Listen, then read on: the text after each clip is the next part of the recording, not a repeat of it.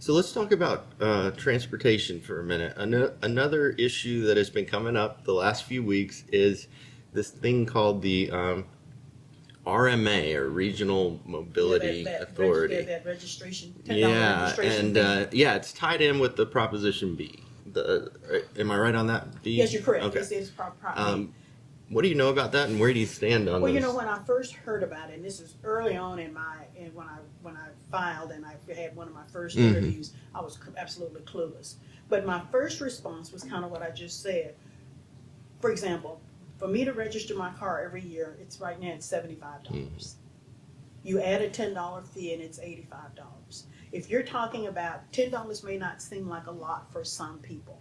But think about it, if there's a person who is a wage earner who also needs their vehicle, $10 can be a lot of money for even if it's a one-time fee coming at an inopportune time. So I really struggled with that. Yet it goes back to my first conversation about the tax issue. I've attended several meetings where they've talked about, traffic in Brazos County is getting to be really bad. Right. And so everybody is saying, oh, the traffic. And so how does that, it's sort of like the cake and eat it too kind of a thing. But I think I'm leaning toward not supporting it for now. Okay. Because I think we need to figure out different kinds of things that we're trying to do, because there's also a Prop A which is also tied to a bond issue. And so that's a little bit different in terms of how you pay it back. It's also a tax issue, because Right. some of that payback comes from taxes. Correct. And so we're up against, I really probably think people, when you say additional taxes, it's probably not going to pass.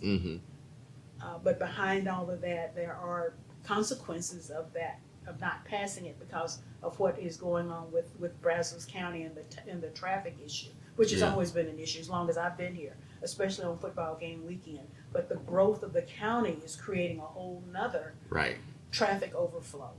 Well, some people say that, as a house, for example, in town, in our case, Bryan and College Station, become less and less affordable to the average person, you naturally have more growth in the county.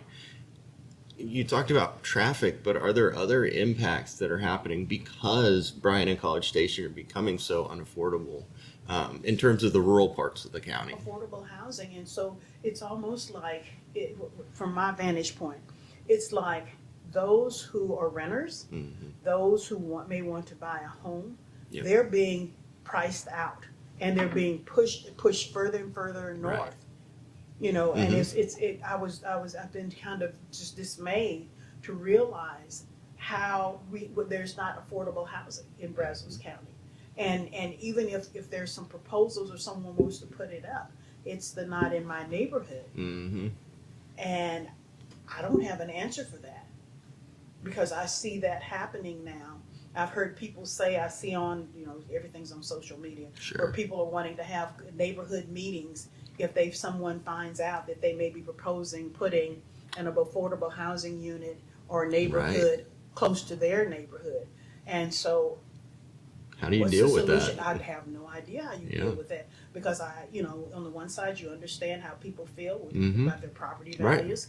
And then you have people who need homes. And I don't know how Bryan College Station is going to deal with it, because the College Station, they push more and more people to Bryan. And now Bryan, in their effort to become more economically viable, they're also creating the same kind of situation. And so it's going to be interesting for me to watch how that goes, listen to different information, listen to the experts to find out what the solution is, and then maybe be able to, I'm always willing to work and be conciliatory, go to the neighborhoods that say not in my neighborhood and see what we can do to work it out, because people have to have a place to live.